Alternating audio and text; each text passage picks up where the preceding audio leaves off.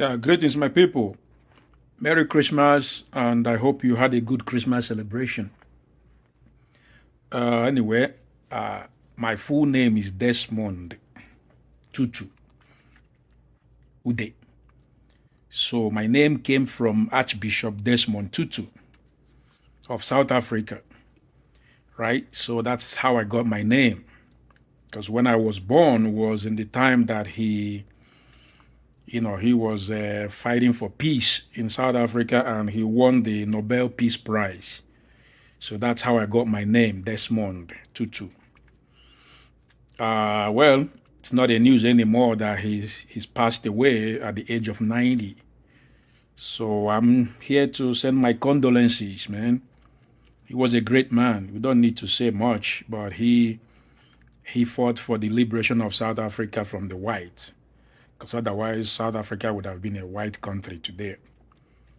But through his help and Nelson Mandela, we were able to stop the colonization of the South, of the white. So unfortunately, he's gone, and he lived a life well spent.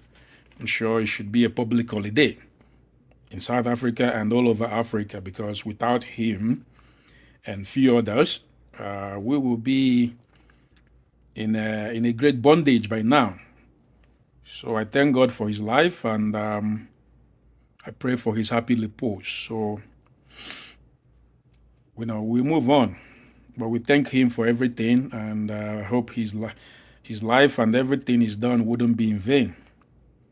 So you can watch a few video clip after this one and see what he did for South Africa.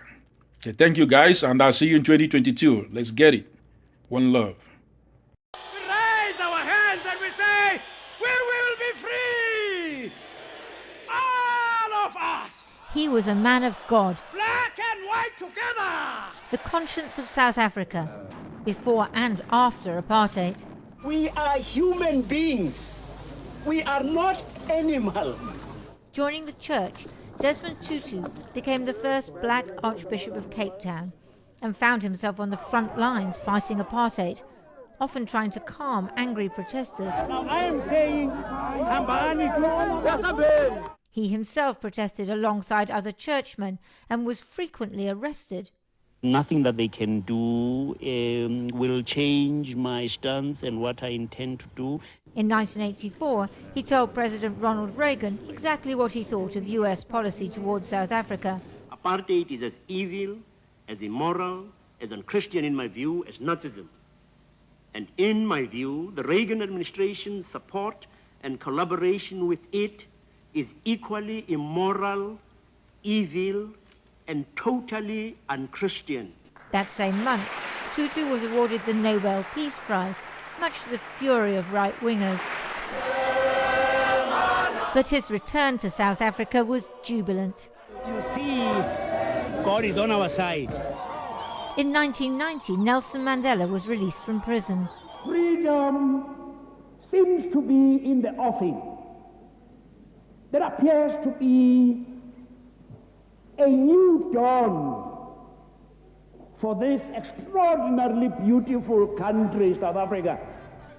And eventually, the real prize. South Africa's first free elections, where people of all colours could vote. He was the happiest man in the world.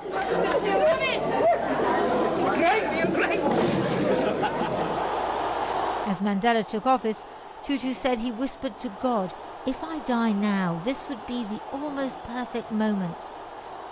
They were heroes to millions around the world for their vision of a non-racial South Africa. But the pain wasn't over.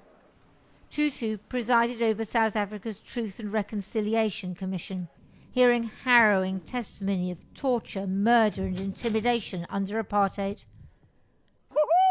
But there was also joy, not least in 2008 at the Football World Cup, which he seemed to relish as much as his beloved cricket.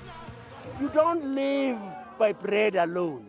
You live by things that are symbolic, things that lift your spirit.